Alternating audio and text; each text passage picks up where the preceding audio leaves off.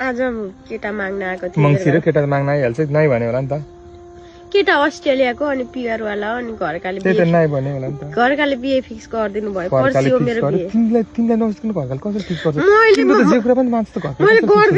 गर्दिन भनेको मान्दै मान्नु भएन घरकाले अनि घरकाले मान्नु भएन तिमीलाई त नसक्नु घरमा तकले पनि पकाउनु केटा अस्ट्रेलियाको हो त्यही भएर अनि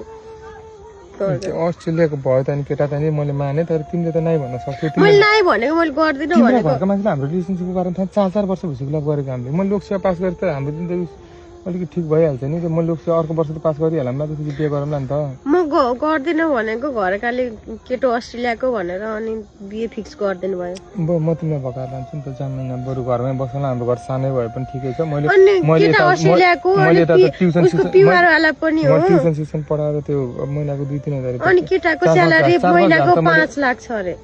मैले महिनाको 4-5 हजार महिनाको ल्याइहाल्छु नि खानालाई पुगिहाल्छ पछि म लोकसेवा पास गर्छु अलिअलि महिना 40-50 हजारको जागिर त नेपालमा खाइहाल्छु नि त घरकाले भन्यो भने मम्मी बुवाले भन्नुभयो केटा अस्ट्रेलियाको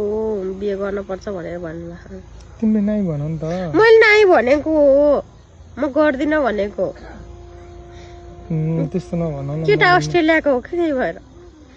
त्यस्तो कुरा नगरेको जहाँ अस्ट्रेलियाको भयो नि केटा जहाँको भयो नि त हाम्रो माया ठुलो कुरा हो नि त तिमीलाई मैले त्यत्रो ठाउँ बाइकमा लिएर हिँडेँ कहाँ लिएर गएँ मेरो त्यो मेरो त्यो उता के भन्छ अरे मैले पढ्न पठा खर्च पनि तिमीलाई पानीपुरी खाना के किन्दैन तिमीले सपिङ गरिदिनु सबै तिमीलाई खर्च गरेको भने मैले पैसा म बुक्का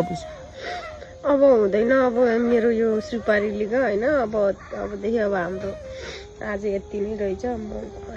अबदेखि आज देख लो भाई, हम लड़के हैं ना, हमारे साथ ऐसा ही होता है।